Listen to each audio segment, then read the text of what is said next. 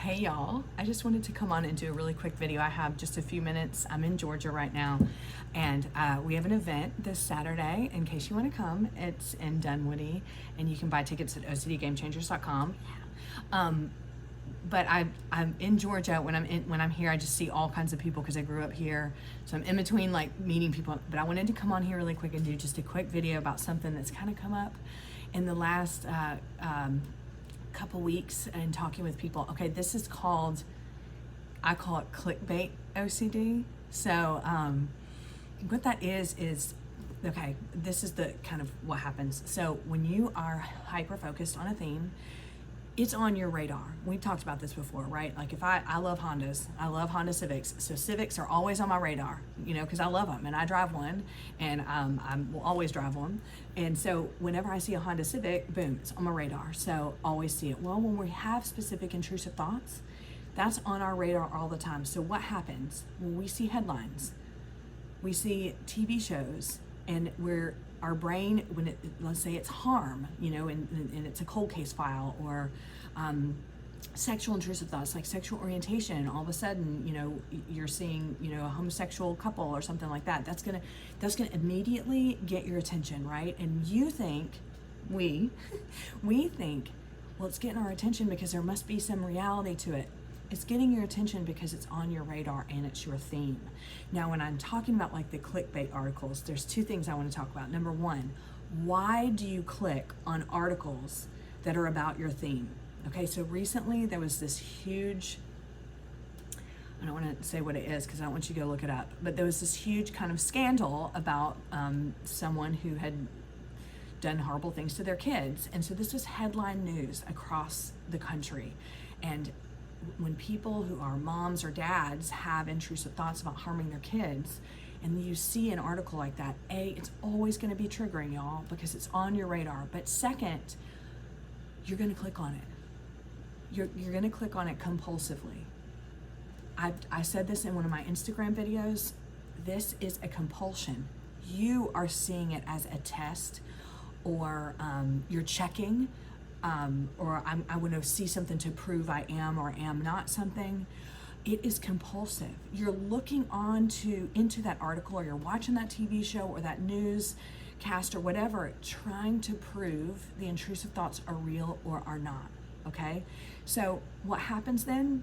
You get in there, it's going to be triggering. Something is going to be triggering. 99% could not be triggering, and that damn 1% can get you, right? You know what I'm talking about. So then you stew over the 1%. And then what does that mean? And then what can happen is you go, well, I can't believe I would even click on that to begin with. And the shame starts. The guilt starts. Why would I even click on something like that? What does that mean about me? What kind of person wants to click on these articles? It's the same with pornography, right? When you're watching porn to try to prove or disprove an intrusive thought, your brain is always going to go to, well, why did I click on it in the first place? What does that say about me? And it's going to give you all kinds of shame and all kinds of guilt. And I have just recently coined that term as clickbait OCD because it's so true. I mean, when we're thinking about something and we're worried about something, that's exactly what we're doing, right? We're going to automatically notice something, and our brain is going to go, just click on it. Now, I have experienced this so much, and I always know before I click on the article or I click on the video or watch the show or whatever, Chrissy, you're gonna regret this. But there's this part of me that just goes, no, you're not gonna regret it. You're actually going to watch it, and you're gonna find out that the intrusive thoughts aren't real, and you're gonna be so grateful that you watched it. Nope. It's never the case. Or even if it isn't triggering, then I can't get enough. And that's where I might go into Google, and I might start looking for even more because I'm just looking for the answer. So I want you to remember that, because I know that so many of you deal with this, and you probably have shame even today over things you could have done years ago. Why did I click on that article? What did it mean when I clicked on this and it was about a pedophile or it was about a murderer? Why would I do that in the first place? That must mean it's real. And then the act of doing that can then haunt you.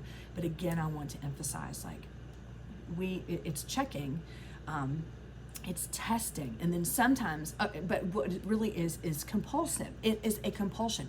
But then what happens too is that we can go, oh my God, I acted on it. I I acted on it by clicking onto these articles or watching that show or whatever. So y'all, remember, acting on stuff is in the eye of the beholder. Go watch my video on that. I didn't do it long ago, but if we are looking to see if we are acting on something or not, we're always going to find a reason to think that we did, because that's just the nature of OCD.